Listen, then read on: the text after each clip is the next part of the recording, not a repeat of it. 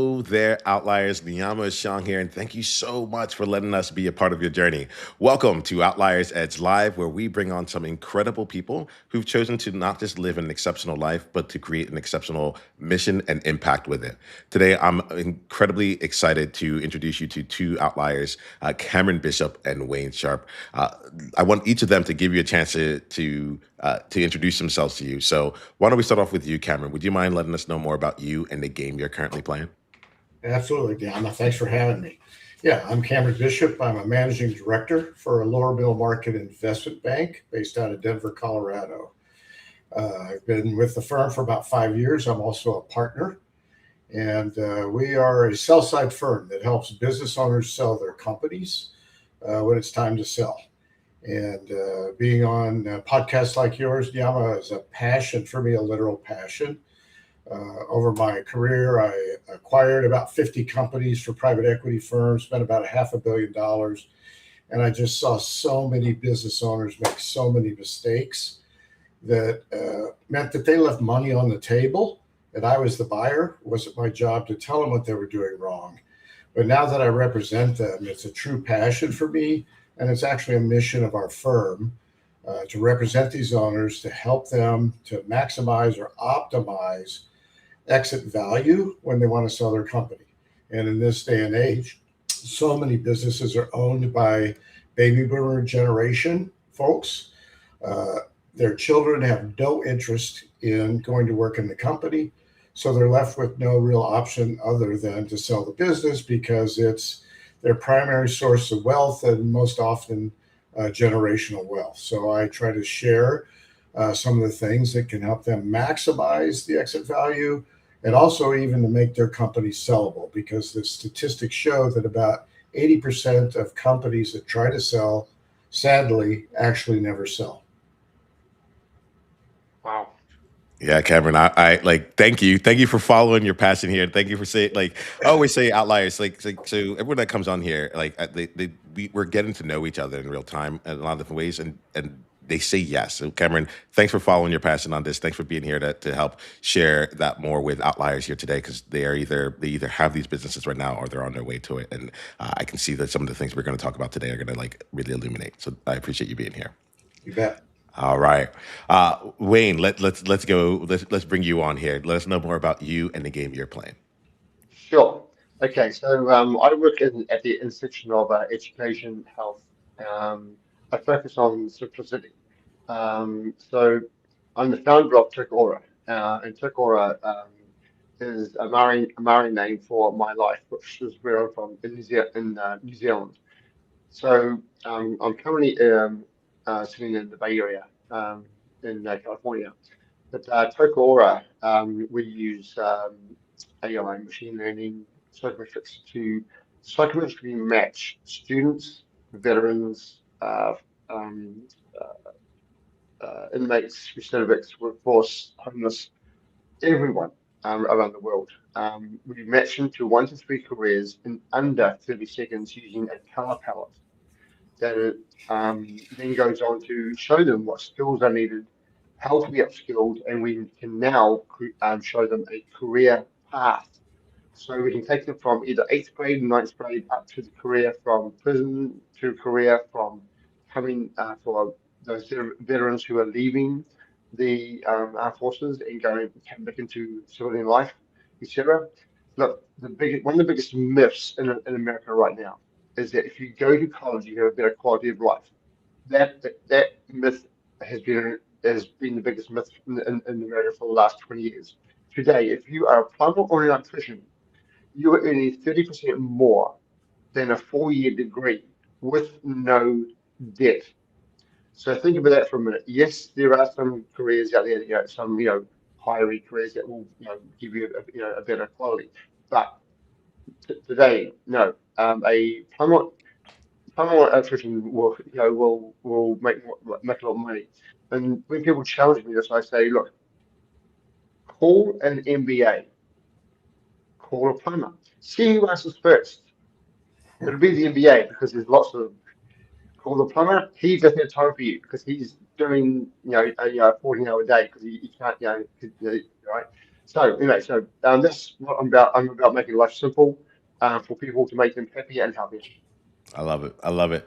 And I introduced you as Wayne. I know you're Wayne Sharp. We'll call you Sharpie. That's what you go by out in the world. Yeah. So like, I mean, I get it. I used to have a nickname before I went by Niiamah, and it was an actual transition to go back to by my real name. So Sharpie, I'm glad to have you here. We're gonna have our conversation here, and it's gonna emerge in whatever directions it needs to go. And I'm staying present to what you all are bringing in. And Cameron, you actually said something here that I thought was that I'd love to get our conversation started on, and it was really around the notion of like there are people who are successful in business, they're doing things that look right, but they're leaving money on the table, and you said like it wasn't my job to let them know, like it was my job to get a really great deal. But when I heard that, it made me think about what are like when I think about myself, I think about different outliers and different business owners. It's like we might think that we're on the right path, but like there's something here that most people believe. Maybe it's conventional wisdom,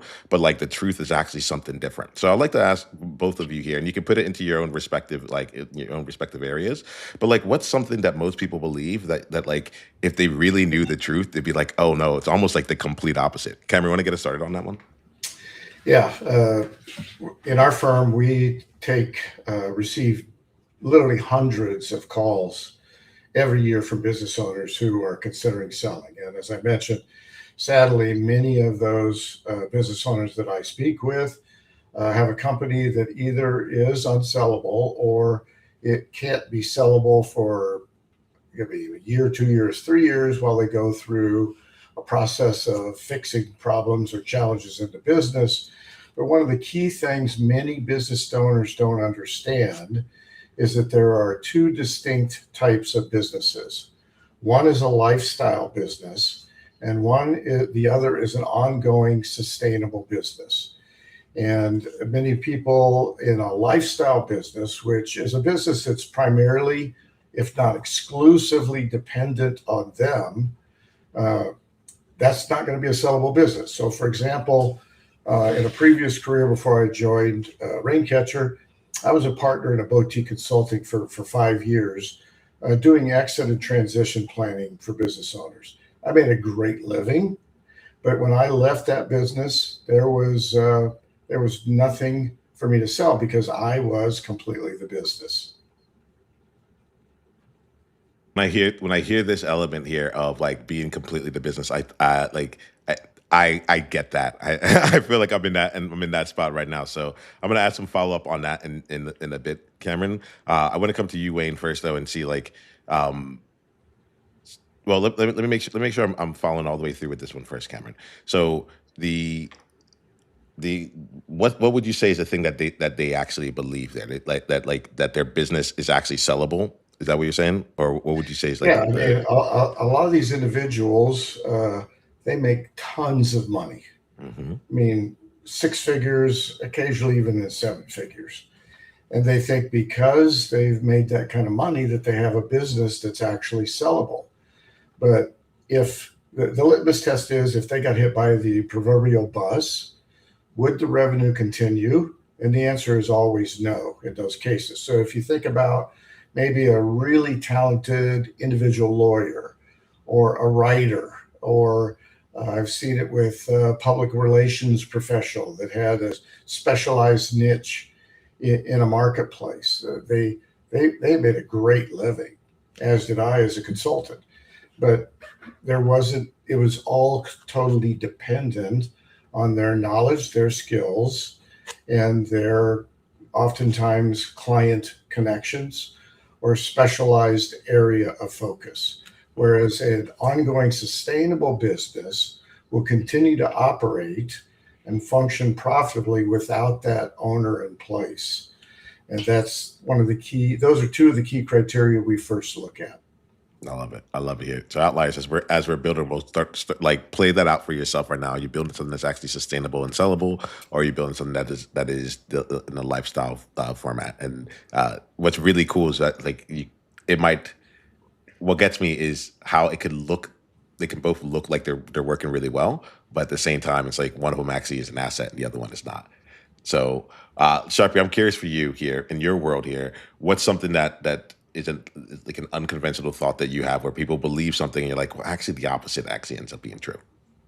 Okay, so this is actually based on what Cameron said about the lone wolf, right? About the single person, right?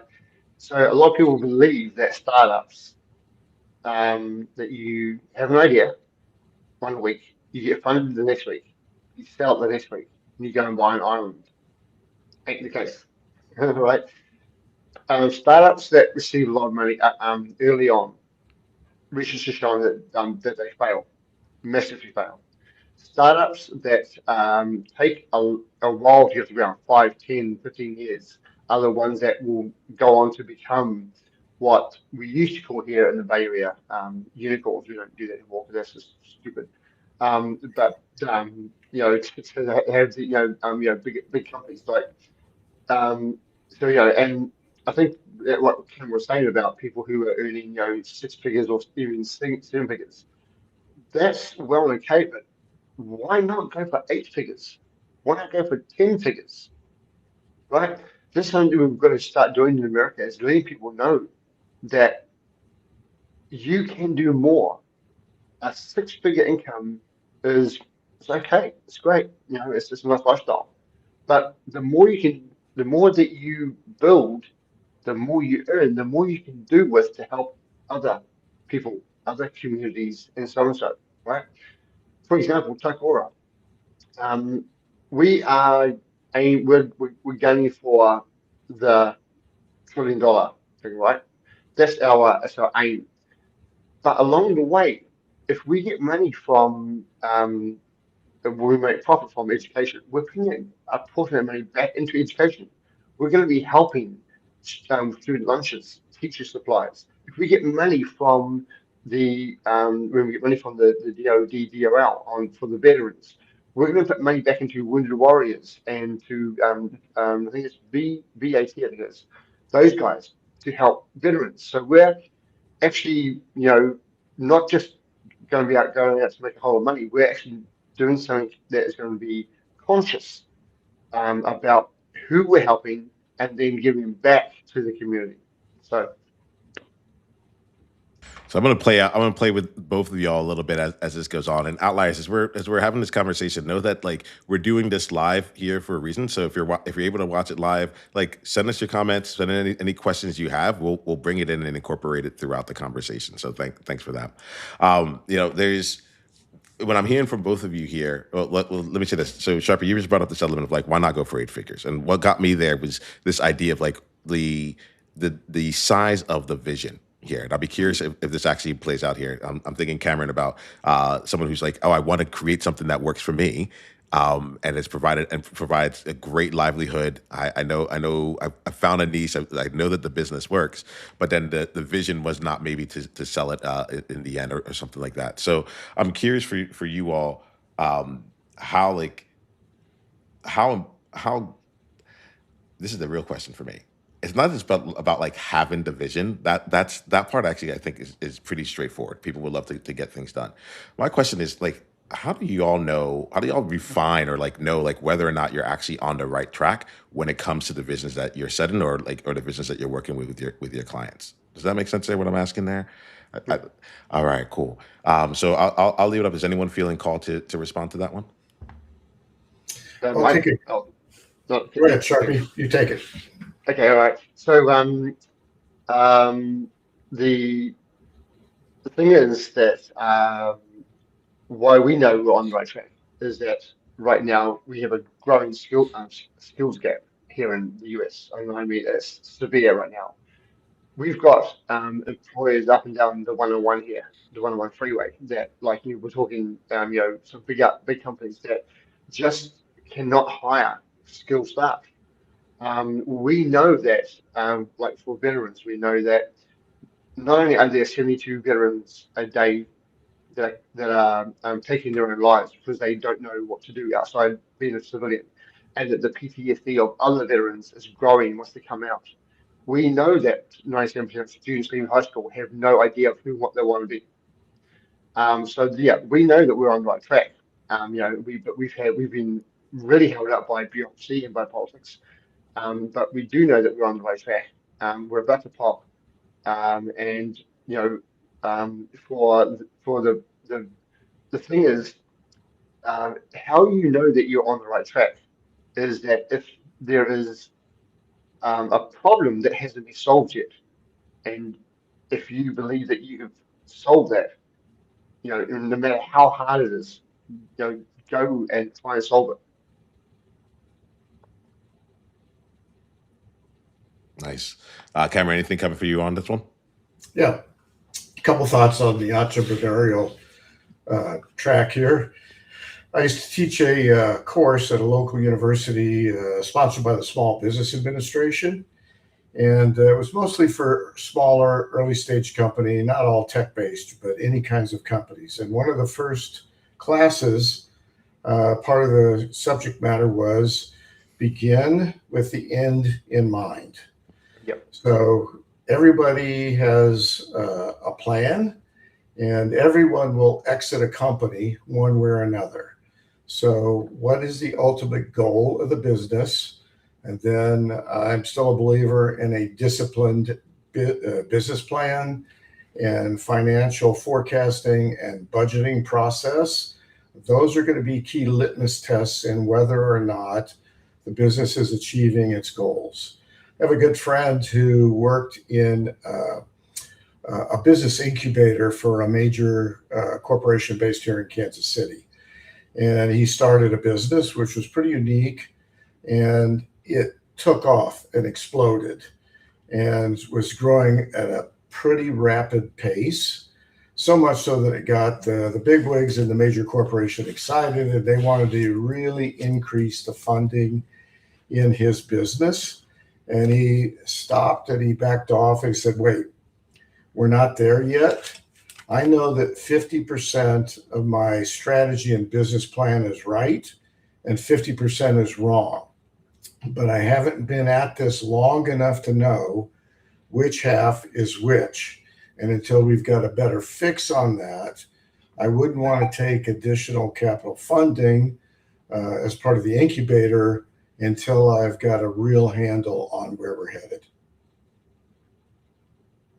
So tell me a little bit more around this here, because as you're saying this, so I'm thinking about this on the scale that I'm playing in right now, which is there are two parts that I'm hearing. One of them is it comes down to like the ability to know what it is to know. So I feel like Cameron, we're still like in the middle of that story a little bit. Is there any more that happened with your friend there? Or is he still navigating that decision right now?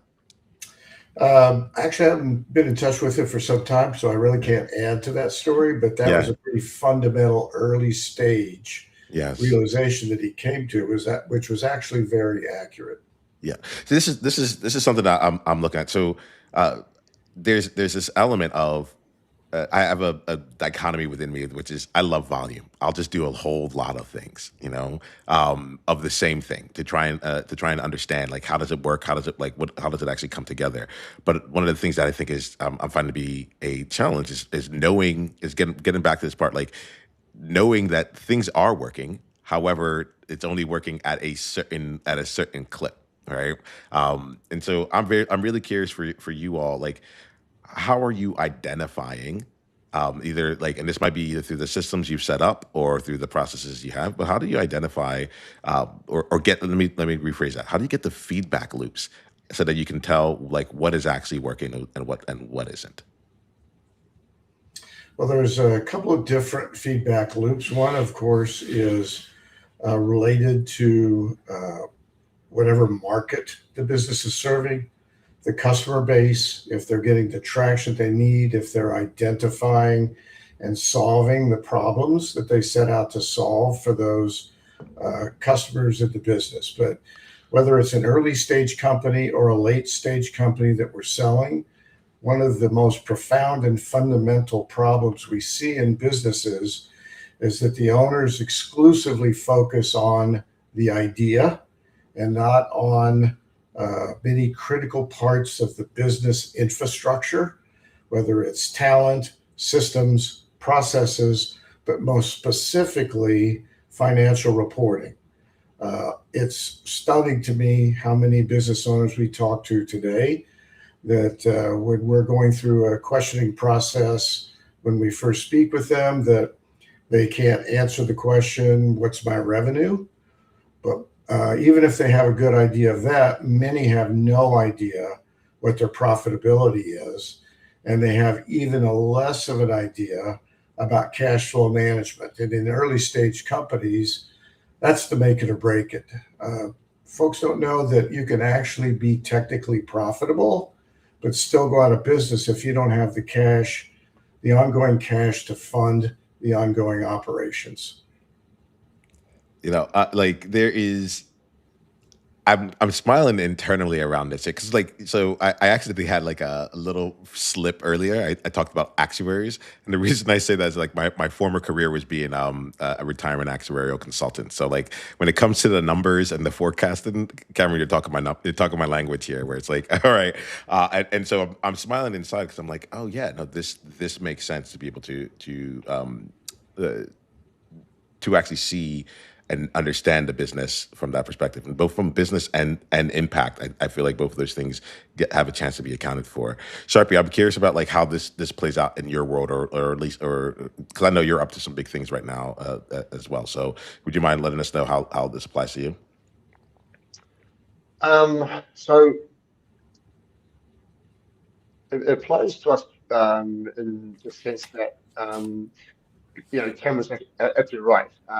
Even for me, I've made some stupid financial things, with here in California, with the franchise tax board. I'll give an example. So early on, we did have a guy in the office who was the uh, not CFO, but he was doing our accounts. And when he did the tax return for for California, I didn't know. I tried to see it. I just said, yeah, you look, I trust you, you go for it. And then when we had a hiccup and he left, and I took over doing the franchise tax board things. And just 2 months ago, I was talking to what do they call my CFO, fractional CFO, and they took a look. They said, Sharky, you've made a big mistake. I said, what's that? They said you've been doing the 3-page F franchise tax board returns, not the 20-page. And they said that's why you've got all these issues with the franchise tax board. And I was like, what do you mean the 20? I said, when I searched for the FTB, return for that year, I said, up comes a 3-page return. And they said, no, they said, your former guy did a 20-page, so you've got to keep doing the 20-page. And I was like, oh my God. So, yeah, so Cameron's absolutely right. Having your finances are critical, absolutely critical. And it's not, as Cameron said, it's to not to only to run the business on, but every business has to scale. If you don't scale, you and don't evolve also, you are not gonna you're not gonna survive. Today is it's a tough market. So if you don't evolve and you don't scale, which needs money, you are not going to survive. So it's a real, look, if we look at when online shopping came along, everyone was like, oh, retail's going to die. It's like, no, it's not. Reason being, we like instant gratification. Online shopping takes 2 to 3 days to get to you. Going to retail, you get it instantly. Now, the problem is with strip malls and small mom and pop shops. They haven't evolved. Their shops haven't evolved. Their stock hasn't evolved. They never scaled. They didn't start with one and go to 3 stores and 5 stores and so on so. So yeah, you're going to see a lot of small mom and pop shops fail, not because of online, it's just because they didn't understand business and how business works. So let's keep going with this then here, Sharpie, because you're talking about like they didn't understand the business and how business works, and I think that there's I'm not gonna lie. Like I got a little excited when Cameron brought in like the forecasting and having the financial model in there. I was like, that I can do, right? And so, but I also call out something that's playing out for me, which is um, we've talked like large goals, big numbers. We've talked a business that was doing so well that they wanted that it was going to get additional investment. They're like, hey, we know half of it's working, half of it's not. I don't know which one it is, right? And it takes me actually to just a quantity and quality question. I think it's one of the biggest questions that I keep running into. So I know that as I'm thinking here for other outliers, I want to make sure that I'm steering them in the right direction, right? And so Cameron, I was thinking about the stories you were just bringing up here, and what I felt to be in there was that like in a lot of ways, even though the entrepreneur didn't know what their numbers were or what their revenue was or like and things like that, they were doing the actions that seemed on the outside to be successful. Whether or not they had the runway to go and do it, they may not have known. But it looked like things on the outside were successful. So I'm really curious for you all, and this goes like while y'all are bringing in new projects or working with your different clients or schools and such, like uh, how do you balance the element of uh, you know getting it right, quote unquote, or to getting it good enough to keep growing there. 'Cause I think there's a real dance to play, or and I would love to see how you two either address it, or if you're like, nah, this is not a dance, this is a formula. I'd be really curious about that. Sharpie, Cameron, either of you have anything on that? And let me know if my question is not clear enough, and I'll restate it. Well, I think every business owner starts out, especially if they're early stage, with a vision in mind and a set of expectations. And the challenge for them is to recognize and not have the ego involvement to make changes in that plan when or if they become necessary, rather than come hell or high water, I'm going to execute this plan just like I originally envisioned it. Adaptation is critical. Willingness to make changes where they're required is essential in that process, as opposed to a certain stubbornness or unwillingness to evaluate the business and step back.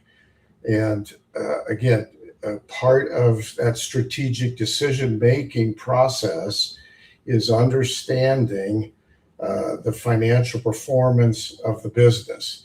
You hear that old saying oftentimes, well, we're not really making any money, so we'll make it up in volume.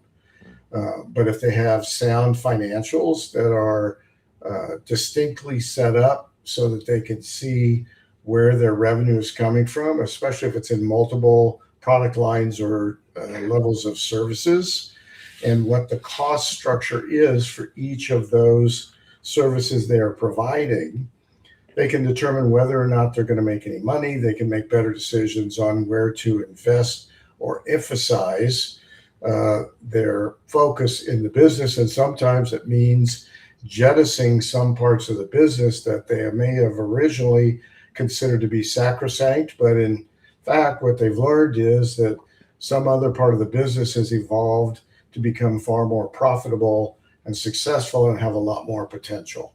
Mm-hmm, mm-hmm. This is the as I'm thinking about this year, I'm thinking about outliers. Like really, what I'm hearing is like a lot of like honesty and awareness in terms of like where is the business actually at? What is the thing that we're building? How is it actually performing? And then being able to make decisions based on real data, real insight, to gain real insights from the analytics that are involved in that. Does that feel aligned, Cameron, or did I overly simplify it? Yeah, I think you're pretty straight on, and I'll kind of add to that around this theme related to financial reporting and accounting. In my days as a consultant, I had many people contact me, want to get together for coffee or lunch or a beer, and say, "Hey, I've got a successful business, I'm profitable. I just need $1 million to really grow my business." And that's that's an impossible ask in 95 or more percent of the occasions, because it's interesting. It's easy to get big money, but it's very difficult to get small money. In the world of people who invest in companies, $1 million is small money. And the money below that is all what's referred to as friends and family money.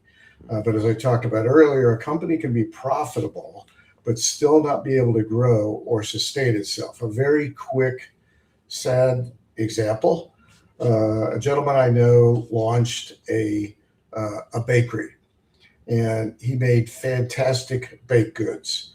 And he was an excellent salesman, and he was able to get distribution in many grocery store chains. But he was still fairly small scale. And he had a major grocery store chain come to him and say, "Hey, I want you to put your products in," I can't even remember how many stores. Let's say it was 500 stores. Well, because he didn't have the cash flow to buy the raw goods that he was going to need, flour and sugar and salt and whatever else was needed, he couldn't scale to meet the order quantity that that potential customer required. So he searched endlessly for an investor to come in just to fund his working capital in order to truly expand his business. And that again is where so many of these entrepreneurs either don't understand or don't place the right amount of focus and emphasis on the financial management of their business in order to truly be able to scale it. See, I'm loving this here, right? Because I what I love is that element of being able to see what's taking place in the business, be able to this again comes down to like it's just a bit of the cash flow in here and the working capital for them to actually be able to make their business grow and scale. I'm thinking about you, Sharpie, about like the kind of the connections when it comes to like the education system and matching different people and getting people into different roles and such around like what people don't know about like the processes to make that come to life. So I'm curious if anything at all in this part of the conversation was popping off for you, and like and how and yeah, essentially how this applies with the work that you do with Takora. Sure. Look, I'm also going back to the original question about, quantity and equality. Yeah, Um, that for us is going to be a huge thing. I mean, if you take a look at two companies, Microsoft and Apple, right? Apple went the quality way. Microsoft went the quantity way. Apple today is worth more than Microsoft. Simple, right? Um, for us, quantity and quantity, we're starting out with quality, but then going for quantity. So what we're going to be able, what we got, are going to be doing is we're going to have our sales team is going to be 20% income, um, in calls, but sorry, 80% in calls and 20% out calls, because what we're going to be doing with our clients, our schools, our prisons, as we bring them on, every 3 or 6 months, we're going to be going to them and say, hey, what can we do better? How can we make your life easier by making our tools simpler or better, or adding an app, or adding or whatever. Um, or down the path of um, what you guys have been talking about. Uh, Again, it's to be able to scale. That's like we took all will be global. There's no doubt about it. We will be scaling. So we understand that to do that, we've got to have the cash flow, the reserves to do that. I totally agree with what Cameron's been saying. So yeah. well, I appreciate this here. Like I realize as we're talking here, we have about like 5-10 minutes before we wrap up for today.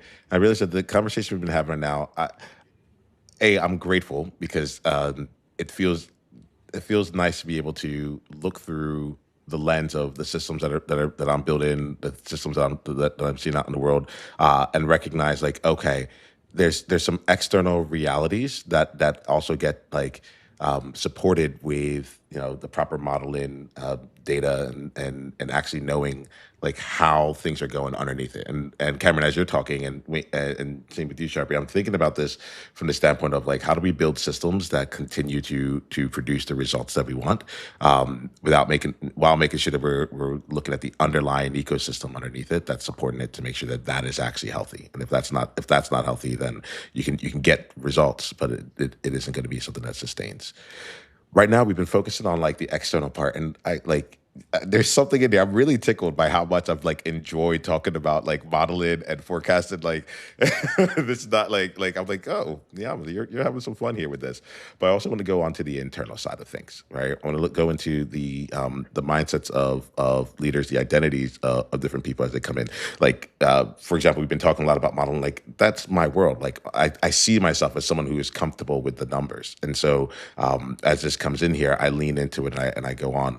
I'm actually really curious about you all for either what it took for you to go from being like a consultant or to like becoming a managing director in this organization, to or with the clients that you're seeing, in terms of like what are the mindsets that they've needed to up level in order to actually be able to play at the levels that you like that you offer. So I'm really curious about what's happening internally here, but from I'm trying to find the right word. I'll use mindset. Sometimes it's leadership, and sometimes it's identity, how they see themselves. But it's something on the internal side of things that go beyond just like the dollars and cents that end up being kind of like the X factor or for you. Is there anything that y'all have noticed in your experiences? Yeah, I would say in my world, I'm sure Niiamah, we've talked a lot about early stage companies here, but I suspect that many of your followers and listeners are later stage or Hmm. ongoing, established, mature business entities, which are primarily what we focus on at Raincatcher.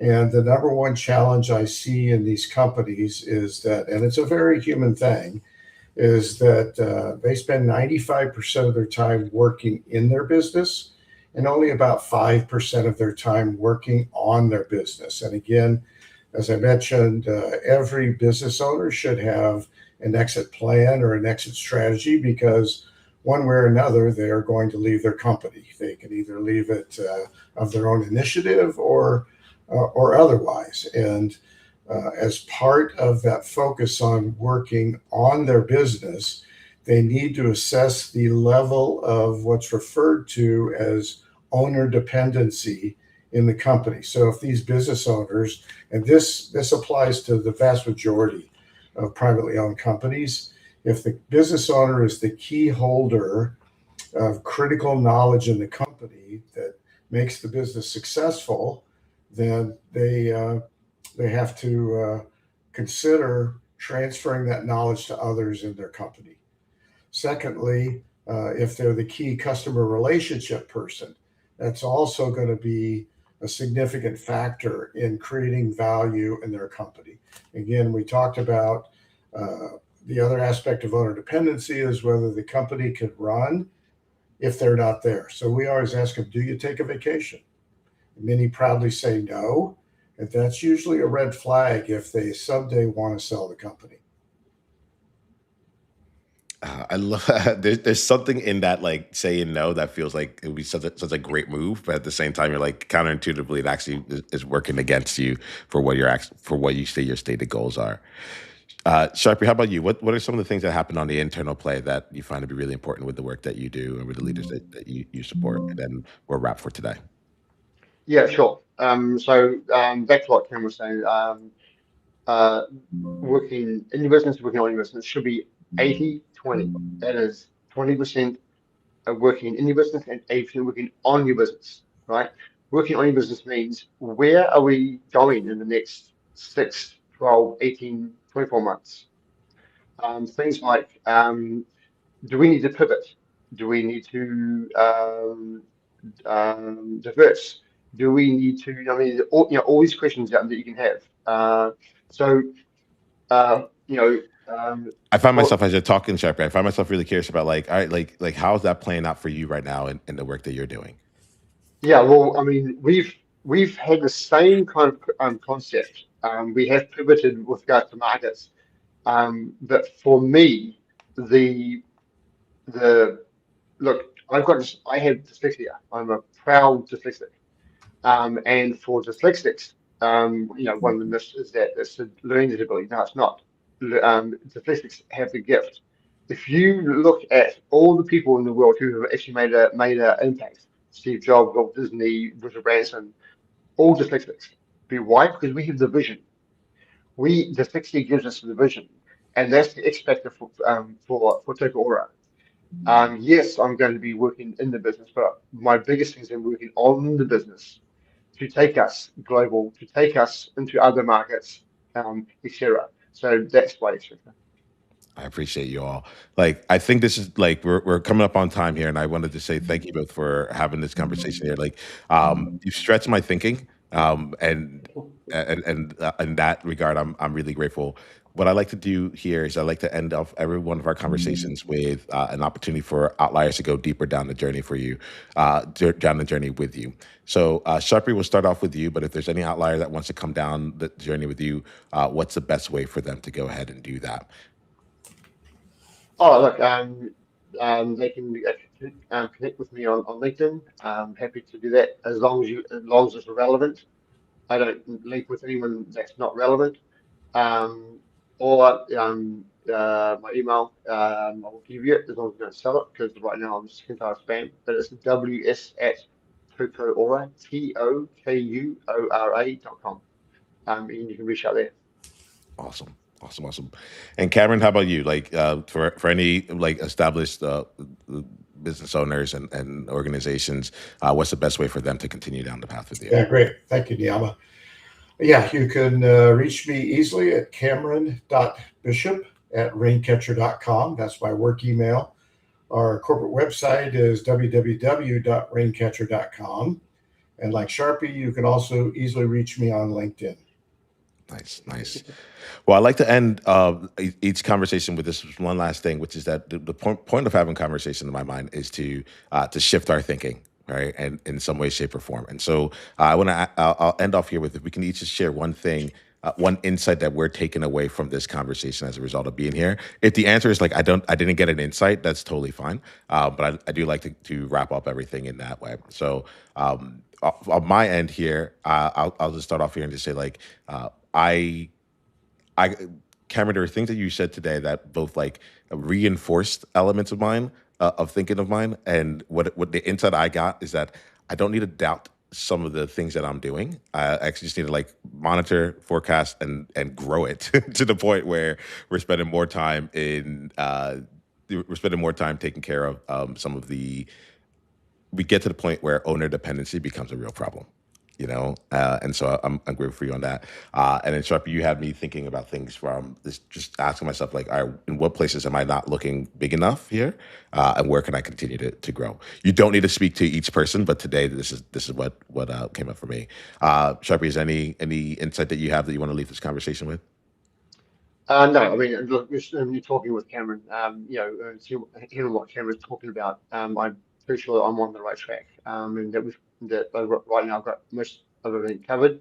I'm sure that we're going to come up against some things that we didn't know about, and that we should have known about. But for right now, no, we're on track. I've got over 500 million in the pipeline right now. I've got things that are happening where we're in a really good space. I love it, man. I love it. And Cameron, want to close us out here with any insight, if any, you got from being a part of this? Yeah, a couple of my key rules of thumb from the 35 plus years I spent in management roles, building companies. One was 400 million with over 2,000 employees.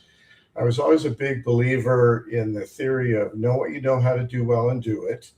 Know what you don't know how to do well and hire experts to do it for you.